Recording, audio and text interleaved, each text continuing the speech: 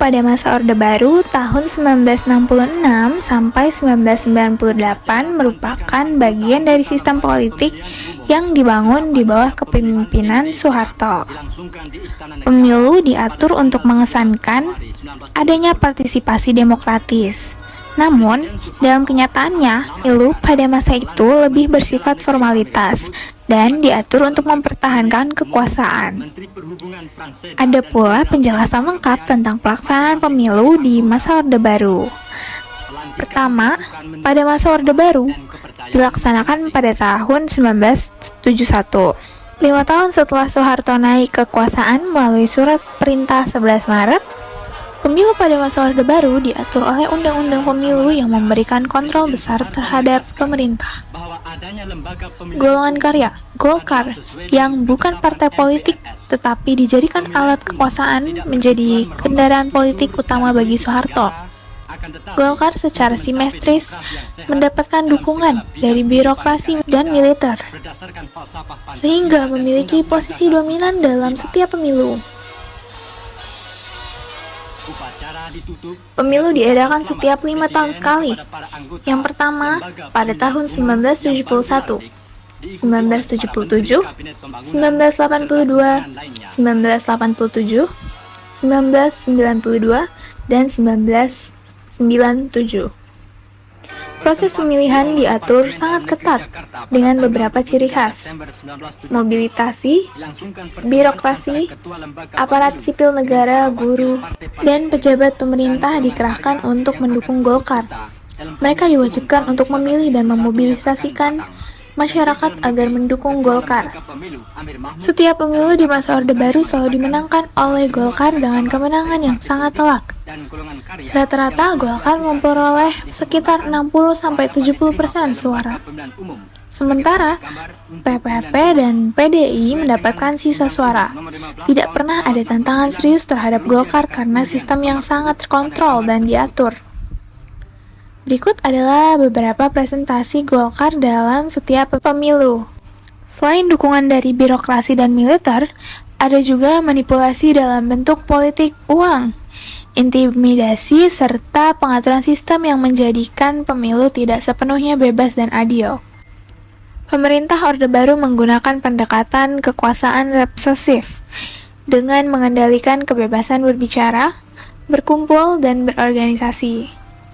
Keterlibatan militer dalam politik melalui Dwi Fungsi ABRI, Angkatan Bersenjata Republik Indonesia, membuat pemilu tidak berjalan dengan independen. Sistem pemilu Orde Baru mendapatkan kritikan karena dianggap hanya sebagai alat untuk mempertahankan status dan memperkuat kekuasaan Soeharto. Pemilu tidak benar-benar memberikan kebebasan bagi rakyat Indonesia untuk memilih wakil-wakil mereka secara adil dan demokratis. Krisis ekonomi yang melanda Indonesia pada tahun 1997 sampai 1998 serta peningkatnya ketidakpuasan rakyat menyebabkan gerakan reformasi yang akhirnya menuntut mundurnya Soeharto pada Mei 1998. Pemilu 1997 menjadi pemilu terakhir di bawah masa Orde Baru. Dan setelah jatuhnya Soeharto, sistem pemilu Indonesia mengalami reformasi besar-besaran yang membawa Indonesia menuju sistem demokrasi yang lebih terbuka. Meskipun tampak kuat, perlahan terjadi ketidakpuasan di kalangan rakyat terhadap sistem politik yang kaku dan otoriter ini. Puncaknya terjadi ketika krisis ekonomi melanda Indonesia pada 1997, yang kemudian memicu protes besar-besaran dari berbagai lapisan masyarakat, terutama mahasiswa. Tuntutan reformasi semakin keras setelah pemilu 1997 yang penuh dengan kecurangan. Pada akhirnya, gerakan reformasi tahun 1998 berhasil menekankan Soeharto untuk mundur dari jabatannya pada 21 Mei 1998. Menandai berakhirnya Orde Baru, pemilu 1997 menjadi pemilu terakhir yang diadakan di bawah masa sistem Orde Baru yang penuh manipulasi. Pada masa Orde Baru di Indonesia merupakan formalitas yang bertujuan untuk melegitimasi kekuasaan rezim Soeharto dengan sistem yang sangat dikontrol dan diatur.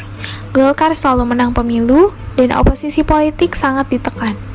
Namun, sistem ini akhirnya runtuh seiring dengan jatuhnya Orde Baru pada tahun 1998, membuka jalan bagi era reformasi dan pemilu yang lebih demokratis.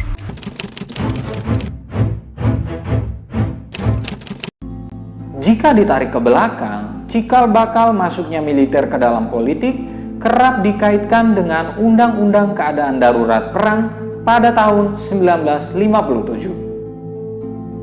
Peraturan ini memungkinkan militer untuk mengeluarkan perintah atau peraturan yang menyangkut ketertiban umum dan keamanan ketika kondisi darurat perang. Menurut pengamat militer Salim Said, pada tahun 1958, peran militer ini tampak ingin diperluas melalui konsep jalan tengah yang dikemukakan oleh Kasat Jenderal Besar A.H. Nasution. Militer disebut sebagai kekuatan perjuangan rakyat yang bekerja sama dengan kekuatan rakyat lainnya. Para serdadu harus diberikan kesempatan untuk meningkatkan kemampuan militernya sehingga harus ditempatkan di segala bidang. Doktrin tersebut kemudian semakin menampakkan bentuknya di tahun 1959. Pada masa itu, hampir sepertiga kabinet diisi oleh militer. Menyangkut ketertiban umum dan keamanan ketika kondisi darurat perang. Menurut pengamat militer Salim Said, pada tahun 1958, peran militer ini tampak ingin diperluas melalui konsep jalan tengah yang dikemukakan oleh Kasat Jenderal Besar A.H. Nasution. Pidato militer disebut sebagai kekuatan perjuangan rakyat yang bekerja sama dengan kekuatan rakyat lainnya. Para serdadu harus diberikan kesempatan untuk meningkatkan kemampuan militernya sehingga harus ditempatkan di segala bidang. Doktrin tersebut kemudian semakin menampakkan bentuknya di tahun 1959. Pada masa itu, hampir sepertiga kabinet diisi. Seminar yang dihadiri ratusan tentara ini mengeluarkan kesepakatan bahwa militer diperbolehkan untuk memiliki fungsi sosial politik.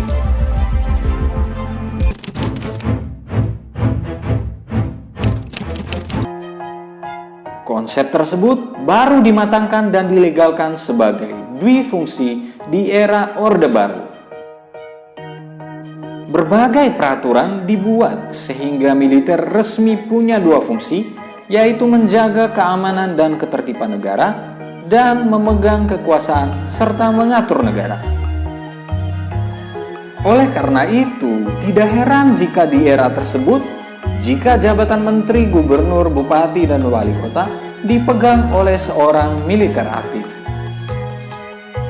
Tak hanya itu, militer juga masuk ke ranah legislatif di mana mereka duduk sebagai fraksi ABRI di DPR RI. Ada pula doktrin kekaryaan di mana anggota militer dikirim ke sektor-sektor non-militer. Kala itu, beragam perubahan sosial seperti semakin kuatnya masyarakat sipil membuat doktrin itu mulai dipertanyakan. Selain itu, keterbukaan menjadi gagasan utama yang menggoyang dominasi dwifungsi selama bertahun-tahun. Para akademisi Universitas Indonesia seperti Arbi Sanit dan Miriam Budiarjo mengatakan bahwa idealnya militer bisa dilepaskan dari parlemen untuk menjalankan demokrasi. Meski demikian, pemerintahan Soeharto bergeming dan mengaku bahwa jika militer tidak diberikan jabatan di parlemen, maka mereka akan melakukan kekerasan. Menurut Jun Hona, Indonesianis dari Ritsumeikan University, dwifungsi melalui penetrasi kekaryaan dan militer di parlemen menekan secara ketat partisipasi politik di negara ini. Memang, praktik dwifungsi kala itu banyak digunakan untuk menjaga stabilitas dari kebijakan era Orde Baru. Ketika Soeharto akhirnya meninggalkan jabatannya di tahun 1998, doktrin dwifungsi ini akhirnya dikikis perlahan-lahan. Salah satu langkah pertama yang diambil adalah dengan menghilangkan jatah fraksi ABRI di MPR. Selain itu, Presiden Abdurrahman Wahid kala itu juga memisahkan jabatan Panglima TNI dengan Menteri Pertahanan. Jika diperhatikan, permintaan untuk menghilangkan dwifungsi ini sesuai dengan profesionalisme militer yang disebutkan oleh Samuel Huntington. Beda dengan doktrin dwifungsi yang memberikan keleluasaan kepada para serdadu untuk melakukan pengaturan di negeri ini. Berdasarkan kondisi tersebut, terlihat bahwa dwifungsi militer yang memiliki sejarah panjang itu banyak dikritik dan bahkan tak diinginkan. Doktrin itu selalu identik dengan upaya Soeharto menjaga stabilitas kekuasaannya.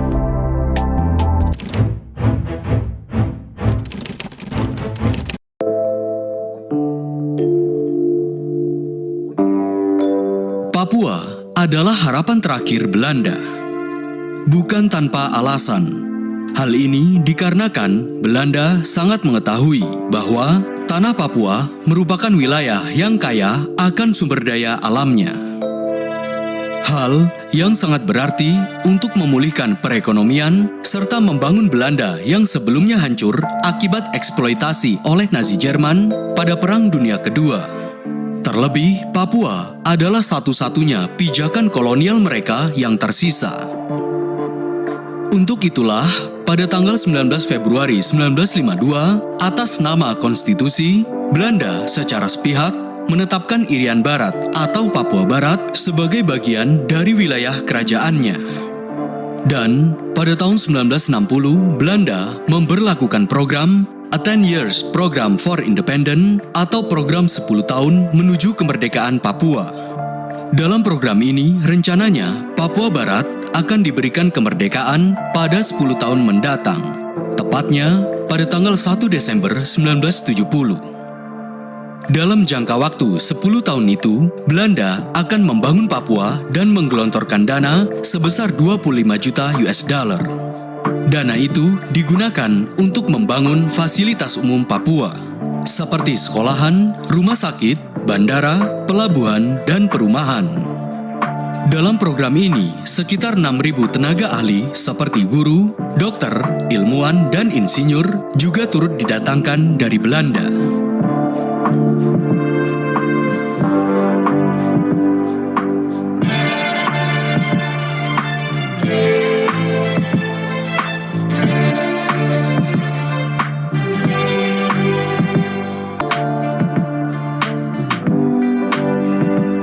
Untuk mengamankan wilayah strategis Papua, pada tanggal 21 Februari 1961, Belanda membentuk PVK atau Papua Vrijviliger Korps yang dipersiapkan untuk membantu mempertahankan Papua dari serangan militer Indonesia nantinya.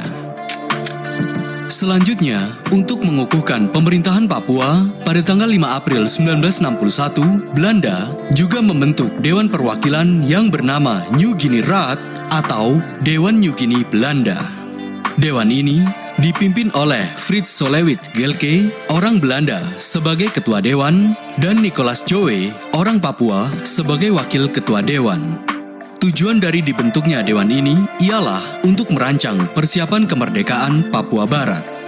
Dari dewan inilah kemudian diputuskan bahwa Papua Barat akan menjadi nama negara dengan bendera bintang kejora karya Nicolas Joe sebagai panji nasional dan lagu Hai Tanahku Papua sebagai lagu kebangsaan. Pada tanggal 19 Oktober 1961, Nicolas Joe yang saat itu berada di Belanda mendesak pemerintahan Belanda untuk segera memberi kemerdekaan Papua.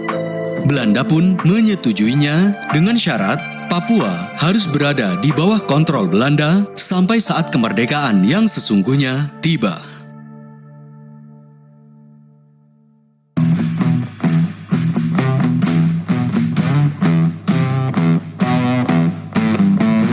Benar saja, pada tanggal 1 Desember 1961, upacara kemerdekaan pun digelar. Dan untuk yang pertama kalinya, bendera bintang kejora berkibar di samping bendera Belanda. The road towards full independence must be free understanding, and we like it. Bagi Indonesia, kemerdekaan Papua berarti terlepasnya Papua dari NKRI. Dengan demikian, pada tanggal 19 Desember, Presiden Soekarno mengumumkan untuk mengganyang Belanda di Papua Barat dengan maklumat Trikora yang berisikan 3 poin penting. Pertama, gagalkan pendirian negara Irian Barat. Kedua, kibarkan bendera merah putih di Irian Barat. Dan yang ketiga, mobilisasi umum untuk mempertahankan kesatuan dan kemerdekaan bangsa Indonesia. Dengarkan saudara-saudara, komando saya dengan tegasnya lah, gagalkan, hei seluruh rakyat Indonesia, gagalkan pendirian negara Papua itu. Tegas saya memberi komando ini, gagalkan negara Papua itu. Kibarkan bendera sang merah putih di Irian Barat, gagalkan, kibarkan bendera kita. Dan ialah akan datangnya mobilisasi umum yang mengenai seluruh rakyat Indonesia untuk membebaskan Irian Barat sama sekali daripada cengkeraman imperialisme Belanda. Alhasil, berbagai persiapan militer pun dipersiapkan Indonesia untuk memaksa Belanda menyerahkan wilayah Papua serta menggagalkan kemerdekaan Papua Barat. Di tengah memanasnya eskalasi militer antara Indonesia dengan Belanda di tanah Papua, di lain sisi, berbagai perundingan dan diplomasi pun juga dilangsungkan. Puncaknya, pada tanggal 15 Agustus 1962, diadakan perjanjian New York antara Indonesia dan Belanda yang ditengahi oleh Amerika. Dan perjanjian ini pun menghasilkan bahwa masalah Papua Barat akan diserahkan kepada United Nations Executive Authority atau UNTEA mulai 1 Oktober 1962 hingga 1 Mei 1963. Selanjutnya, Papua akan diserahkan kepada Indonesia secara de facto dan akan menjadi milik Indonesia sepenuhnya setelah diadakan Papera pada tahun 1969 mendatang. Sejak itulah, otoritas Dewan New Guinea Belanda diambil alih oleh UNTEA. Nicholas Joe yang saat itu masih berada di Belanda merasa gagal dalam memperjuangkan kemerdekaan Papua. Ia bahkan bersumpah tidak akan kembali ke tanah kelahirannya sampai Papua merdeka dari Indonesia. Tentu saja hal ini juga tidak dapat ditoleransi oleh berbagai kelompok gerakan kemerdekaan Papua. Hal yang akan melahirkan sebuah organisasi yang kita kenal sebagai OPM.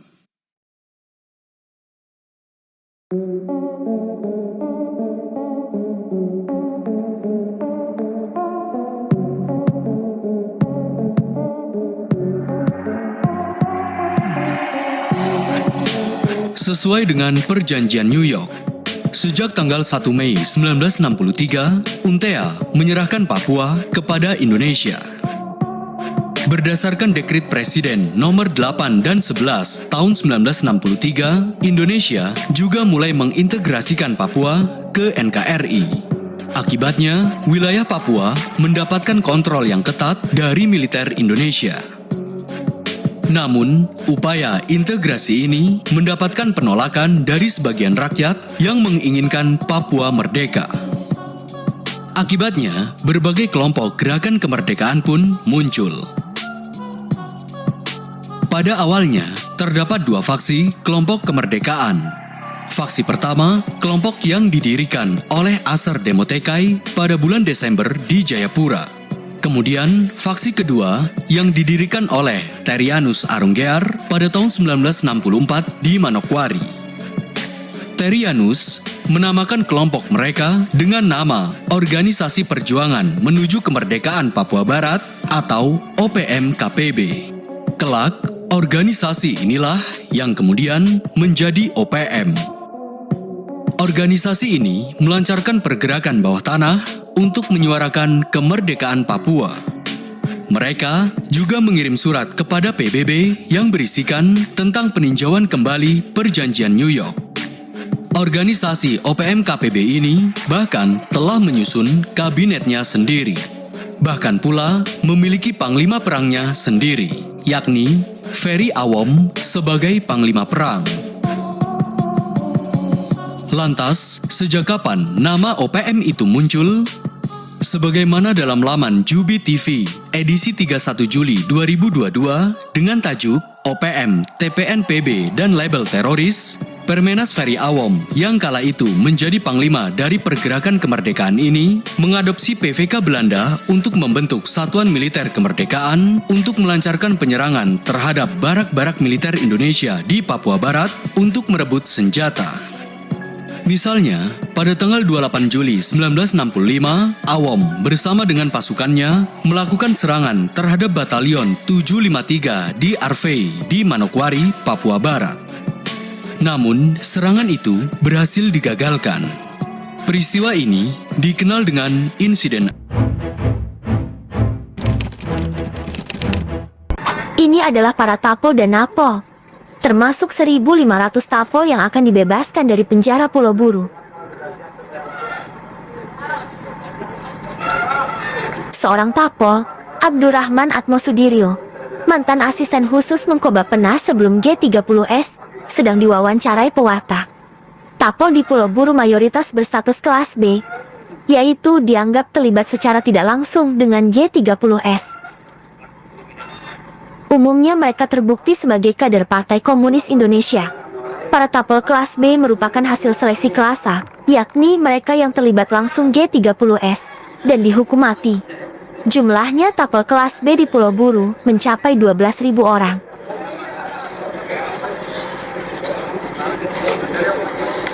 Beberapa Tapol yang sakit keras juga tetap diberangkatkan.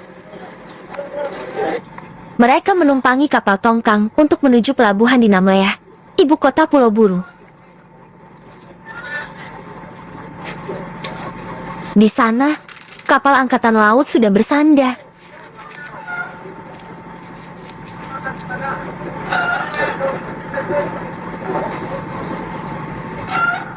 Upacara pengambilan sumpah dilangsungkan di lapangan di Namlea. Marxisme, Leninisme, dalam segala bentuk dan manifestasinya.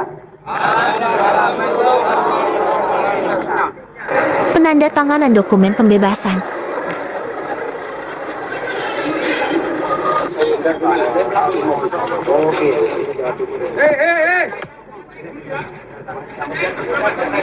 Kini mereka telah menjadi mantan Tapol dan diberi pakaian baru dan sepatu kulit sebelum menuju kebebasan. Ini belum administrasinya belum beres ini.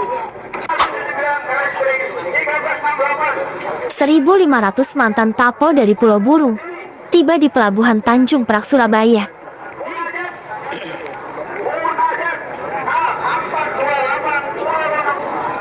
Meskipun beberapa dari mereka yang dibebaskan dalam kondisi sakit, sebagian besar tampak cukup sehat.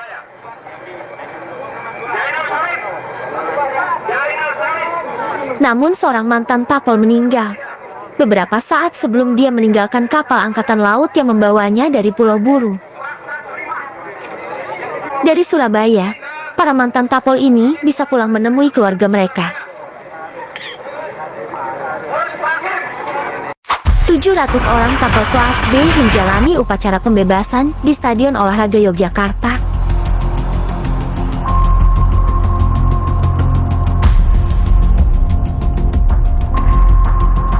Kebanyakan dari mereka telah mendekam di penjara selama 14 tahun terakhir tanpa pernah diadili.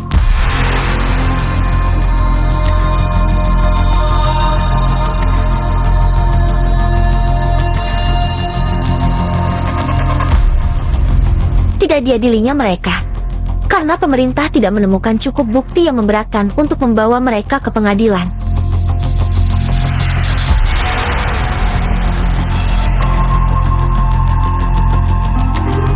Mereka adalah kelompok Tapol kelas B terakhir yang dibebaskan secara massal. Seremoni ini menandai berakhirnya program pemerintahan Orde Baru untuk membebaskan 30.000 orang Tapol dalam 3 tahun terakhir.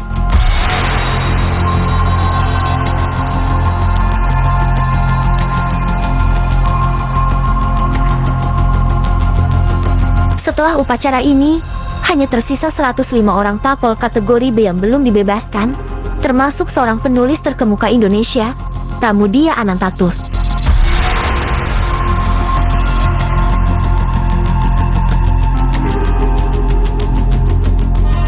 Pemerintah beralasan Pramudia dan lainnya belum menunjukkan perubahan pandangan yang sesuai sehingga belum layak untuk dibebaskan.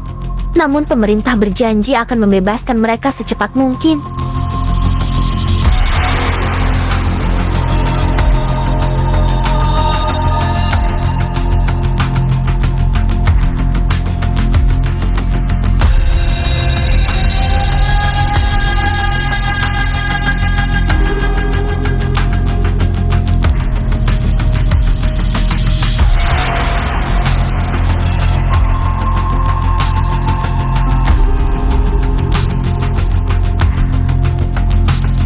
Ini adalah momen penuh haru ketika seorang mantan Tapol perempuan bertemu kembali dengan keluarganya.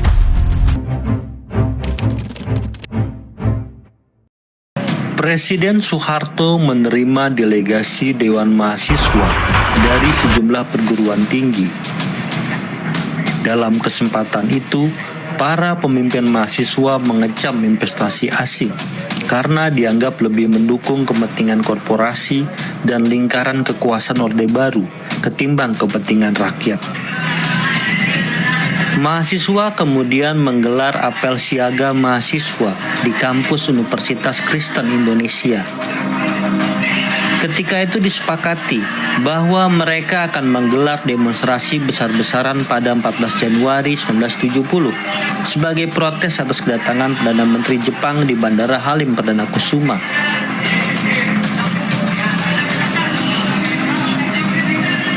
Karena tidak bisa lagi dicegah, militer pun melakukan operasi khusus untuk menghadang aksi unjuk rasa tersebut.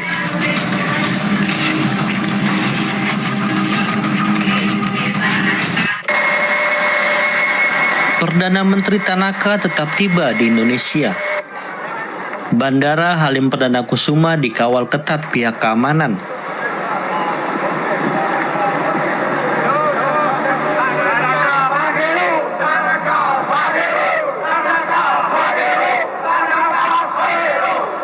Hanya sebagian kecil mahasiswa yang bisa masuk bandara, dan dengan berani mereka membentangkan poster-poster protes yang berhasil disusupkan dari aparat keamanan.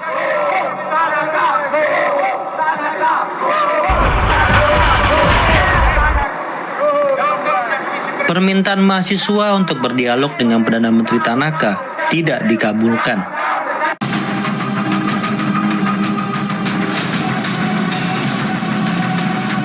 Mahasiswa kembali turun ke jalan. Mereka melakukan long march dari kampus Universitas Indonesia di Salemba hingga Universitas Trisakti di Grogol. Naasnya, sementara mahasiswa sedang berunjuk rasa, terjadi kerusuhan dan pembakaran di pusat kota.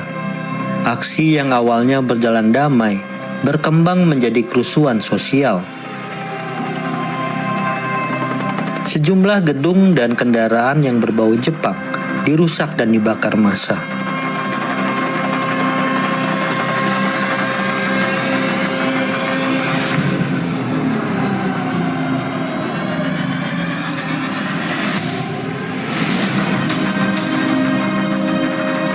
Tercatat 11 orang tewas, 137 orang luka-luka, dan 750 orang ditangkap dalam peristiwa itu. Ketua Dewan Mahasiswa UI, Hariman Sregar, diajukan ke pengadilan. Jaksa TH Rompas mendakwa Hariman telah mengorganisir demonstrasi mahasiswa dan pemuda pada kunjungan resmi Perdana Menteri Jepang Kakue Tanaka. Tindakan itu merusak stabilitas politik dan ekonomi negara dan pada akhirnya dapat menggulingkan pemerintahan. Hariman juga dituding sempat membicarakan rencana pergantian Presiden Soeharto dengan orang lain.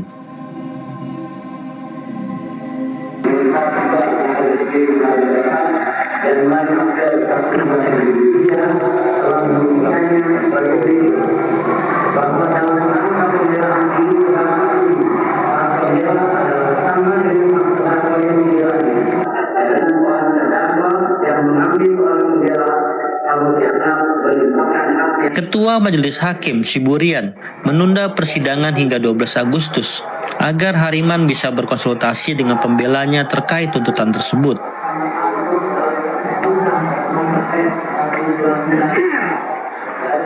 Mahasiswa menyerbu jalan-jalan, menuntut keadilan terhadap ketidaksetaraan penanaman modal asing, pemberantasan korupsi, dan melonjaknya harga kebutuhan pokok.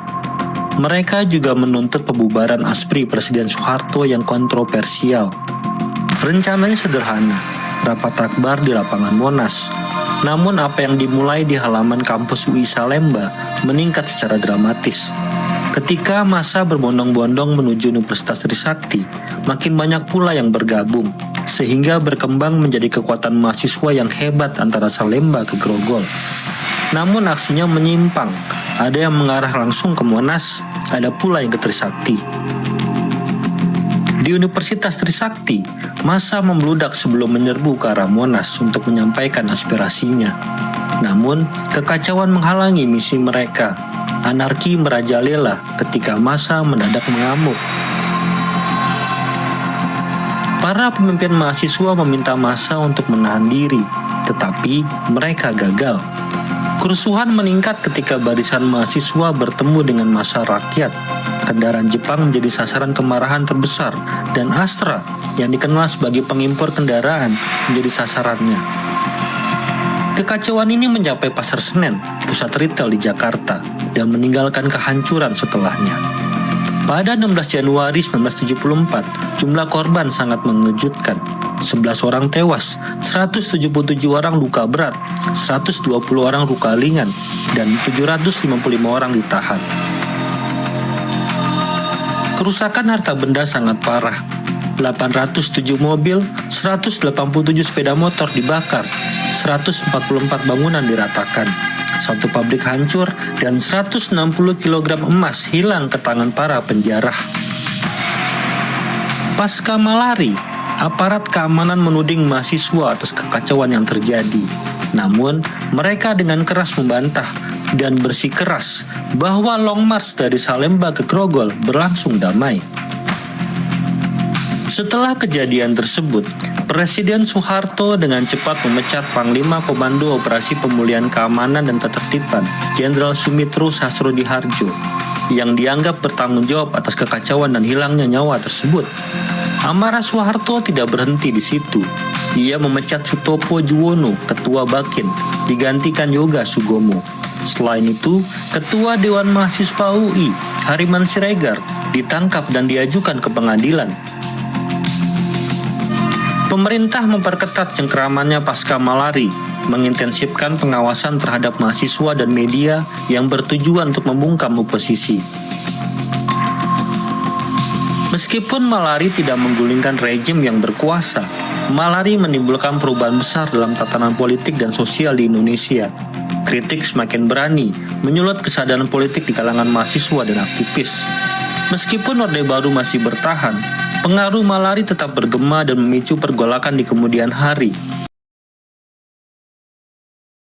Wilayah di ujung barat Indonesia dikenal sebagai serambi Mekah, tanah yang religius, kaya sumber daya alam, dan memiliki sejarah panjang perlawanan terhadap penjajahan. Namun di balik citra religius itu, Aceh juga menyimpan kisah getir tentang ketimpangan dan ketidakadilan.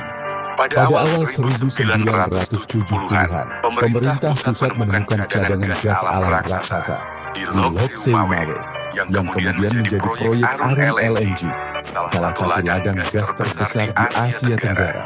Kilang ini diresmikan oleh Presiden Soeharto pada 1978 dan setiap tahun menghasilkan miliaran dolar dari ekspor gas cair. Namun bagi rakyat Aceh, kekayaan itu terasa jauh. Jalan kampung tetap berlubang, sekolah kekurangan guru, dan perekonomian rakyat nyaris tak tersentuh. Sementara itu, hasil bumi Aceh mengalir deras ke Jakarta dan perusahaan asing. Kesenjangan inilah yang menimbulkan rasa keterasian di kalangan masyarakat Aceh. Mereka merasa tanahnya dieksploitasi tanpa balasan yang adil. Di sisi lain, Aceh memiliki tradisi perlawanan yang kuat sejak masa perang melawan Belanda hingga perjuangan mempertahankan martabat Islam dan kedaerahan. Ketika kebijakan sentralisasi Orde Baru semakin mengekang ruang daerah, ketidakpuasan itu berubah menjadi bara perlawanan. Pada tahun 1976, seorang tokoh bernama Hasan Ditiro mendirikan Gerakan Aceh Merdeka atau GAM, sebuah simbol perlawanan terhadap ketidakadilan ekonomi dan politik yang kelak menyalakan konflik panjang selama hampir 3 dekade.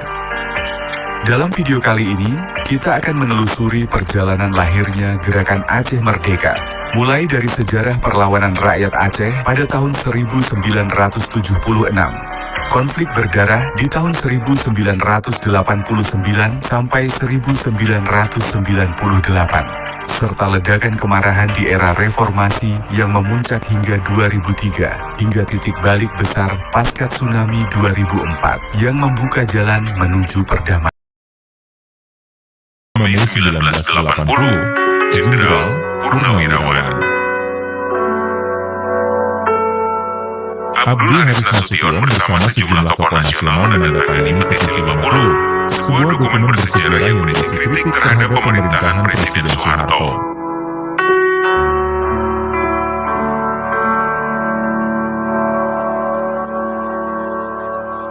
Petisi ini mencerminkan kekecewaan dan keprihatinan para tokoh terhadap cara Soeharto menggunakan Pancasila sebagai alat untuk membungkam kritik dan melanggengkan kekuasaan.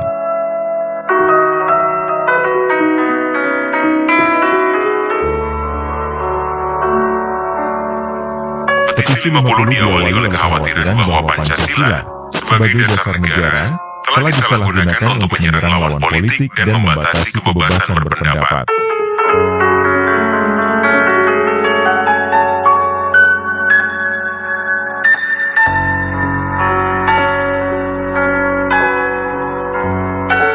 Para penandatangani merasa bahwa tafsir tunggal Pancasila oleh pemerintah saat itu bertentangan dengan semangat demokrasi.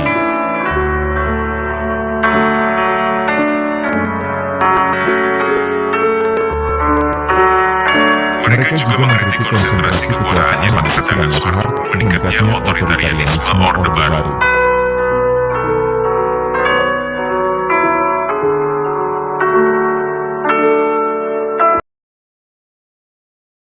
Operasi Seroja merupakan salah satu operasi militer yang terbesar setelah Operasi Dwi Kora. Saat terjadinya Ganyang Malaysia, Operasi Seroja menjadi operasi militer yang dilakukan oleh Indonesia dengan tujuan mengintegrasikan wilayah bekas jajahan Portugis di Timur Timur atau Timur Portugis.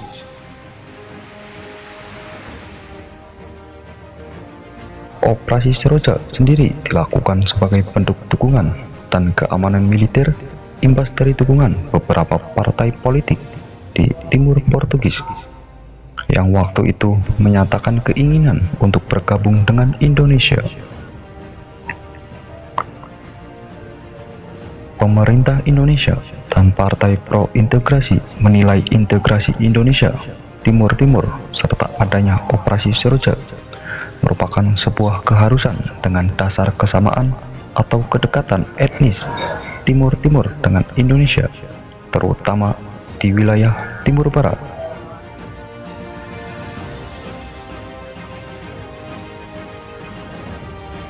Pemerintah Indonesia pada saat itu menganggap kondisi Timur Timur yang tidak stabil dapat mengancam keamanan militer di perbatasan, ditambah adanya aktivitas politik oleh sekelompok Fretilin yang berpaham komunis dianggap menjadi ancaman serius bagi pemerintahan Indonesia pada waktu itu.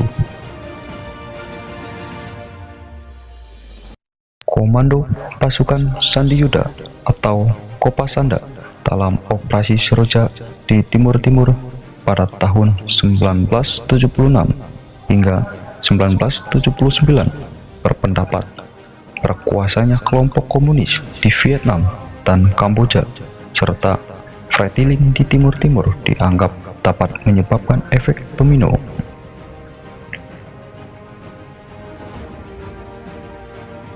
Dibacakannya Deklarasi Balibo tanggal 30 November 1975 menuai pro kontra hingga memicunya perang sipil. Pembacaan deklarasi ini sebagai respon dari proklamasi yang dilakukan oleh Fretilin pada tanggal 28 November 1975 dan segera diakui oleh beberapa negara seperti Mozambik dan Angola. Pasca pembacaan dua deklarasi, terjadilah peningkatan kontak senjata antara koalisi pro-integrasi dengan Fretilin.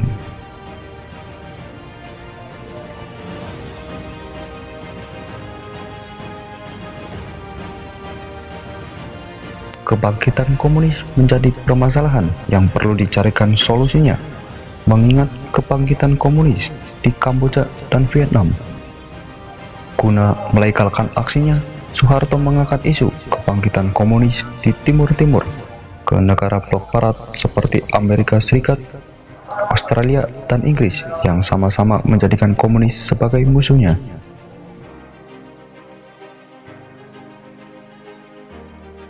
The connection with the Carnation Revolution and the US involvement. Pemerintah Amerika Serikat kemudian memberikan dukungan baik material maupun politik terhadap Indonesia guna melancarkan operasi pertahanan diri dengan dalih mempertahankan diri dari instabilitas Timur Timur serta mengintegrasikan Timur Timur ke wilayah Indonesia sesuai deklarasi Balibo. Operasi militer biasa, melainkan merupakan operasi militer yang dilancarkan dengan dorongan kepentingan asing. Adanya isu integrasi nampaknya bukanlah faktor utama, melainkan sebagai faktor pembenar adanya operasi militer tersebut.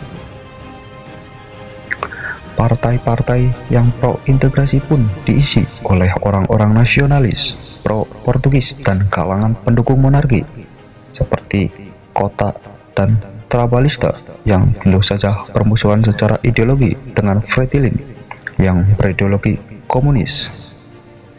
Kekhawatiran blok barat terhadap meluasnya komunisme justru menjadi faktor utama dalam pelaksanaan operasi Seroja. Hal ini tak lepas dari pengaruh Perang Dingin di Asia Tenggara.